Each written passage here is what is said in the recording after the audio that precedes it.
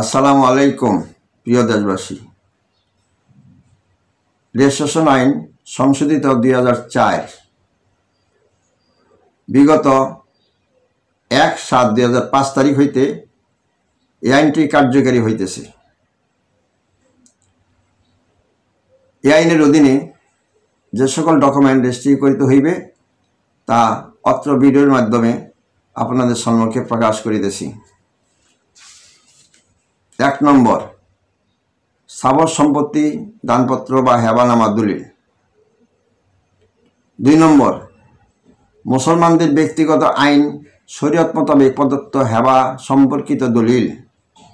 3 নম্বর, যে কোনো নির্দেশপত্র ও দলিল যার মর্মানুসারে বর্তমান ও ভবিষ্যৎ ভোগ সত্ত্ব ও অধিকার সৃষ্টি হয় বা প্রসারিত হয় বা নির্দিষ্ট করা হয় বা সমর্থন করা বা সংকুচিত করা বা বিলুপ্ত করা যায় ওই সকল দলিল।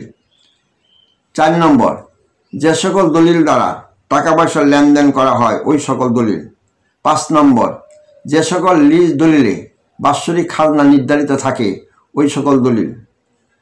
6 নম্বর, যে সমস্ত লিজ দলিলে 1 বছরের অধিক সময় থাকে ওই সকল লিজ দলিল। 7 নম্বর, যে দলিল দ্বারা স্থাবর সম্পত্তির অধিকার সত্ত্ব স্বার্থ সৃষ্টি না হইয়া অন্য একটি দলিল পাইবার অধিকার সৃষ্টি করে সেই সকল দলিল সম্পাদন করিলে অধিকার স্বার্থ সৃষ্টি হয় ওই সকল দলিল। 8 নম্বর, স্থাবর সম্পত্তি সম্পর্কিত বন্টননামা দলিল। 9 নম্বর, রাষ্ট্রীয় প্রজাস্বত্ব আইনে 96 ধারা বিধান মতে আদালতের নির্দেশ মোতাবেক বিক্রয় দলিল। 10 নম্বর, সম্পত্তি হস্তান্তর আইনের 59 ধারা অনুযায়ী বন্ধকি দলিল।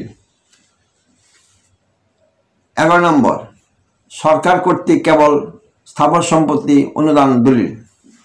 12 নম্বর, 1882 সনের 1 জানুয়ারি পর হইতে সম্পাদিত দত্তক পুত্র গ্রহণ করিবার অধিকার পত্রের রেজিস্ট্রি করা বাধ্যতামূলক।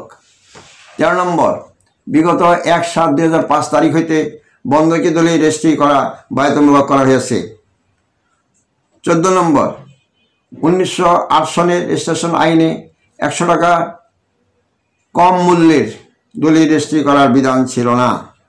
তবে 2004 সনে উক্ত তারিখের পরে রেজিস্ট্রেশন আইনের স্থাবর সম্পত্তির মূল্য যাই হোক দলিল তৈরি করিয়া রেজিস্ট্রি করিতে হইবে।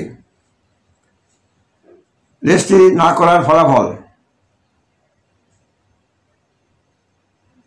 রেজিস্ট্রি আইনের 47 ধারায় দলিল সম্পাদন তারিখ হইতে কার্যকরী হইবে, রেজিস্ট্রির তারিখ হইতে না।